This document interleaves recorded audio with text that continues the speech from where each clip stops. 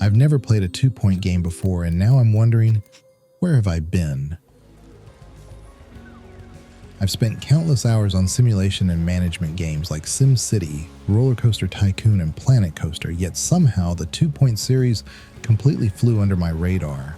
I don't usually enjoy games that demand heavy micromanagement. I'm more of a builder. I love having full control over the aesthetics and design of my parks or cities. Honestly, I expected to struggle with the mechanics of 2-point Museum, but I just couldn't resist the lure of prehistory, aquariums, and spooky themes. At its core, 2-Point Museum challenges players to design, build, and manage their own museums, curating exhibits ranging from ancient artifacts to futuristic technology. But it's not just about placing displays. Players must also balance budgets, attract visitors, and keep staff happy. Expect the unexpected with wacky exhibits, eccentric visitors, and the usual 2-Point brand of chaos. Prehistoric items have been here for thousands of years. I know the feeling. I spent an embarrassing amount of time on this game, and along the way I noticed some quirks that felt instantly familiar. 2-Point Museum doesn't just challenge you to create inventive displays. It also makes you think about how foot traffic affects both workers and visitors. There were times when I was frustratingly close, less than 1% away from completing a challenge, only to realize that simply picking up and repositioning a misbehaving display often did the trick. It's little things like this that can make a big difference. Another key thing to watch: your employees' pay.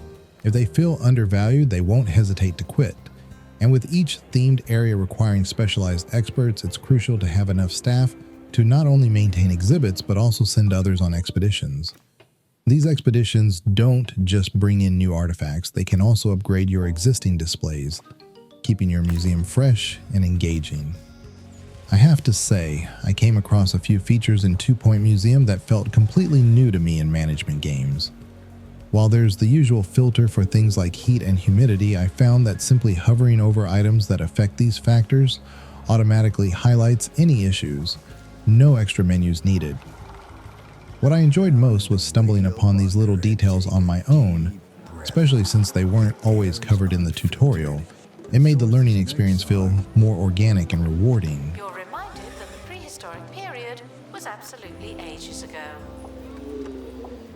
For those who prefer a more open-ended experience, 2-Point Museum offers a sandbox mode with customizable restrictions and limitations.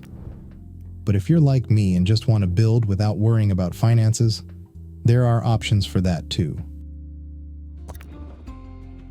I really enjoyed learning the game through the prehistory theme and found building an aquarium to be a relaxing experience. But I have to admit, I was most excited for the haunted portion.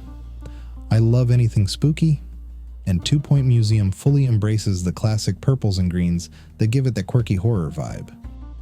Right from the start, I was hooked. Even the very first display had some unique features that immediately caught my attention. With its intuitive yet deep mechanics, humorous presentation, and plenty of creative freedom, 2-Point Museum looks like another solid addition to the series. Whether you're a fan of simulation games or just love the idea of running a museum your way, this is one to watch. I had a fantastic time with this game and can easily see myself spending countless hours designing and managing my museum. I'm excited to see what future updates the developers have in store. If you enjoyed this video, please consider giving it a like. As a small channel, every subscription helps motivate us to keep creating quality content for you. We also have a podcast that drops every Friday on YouTube, Amazon Music, Apple, and Spotify. Thanks so much for watching and have an amazing day.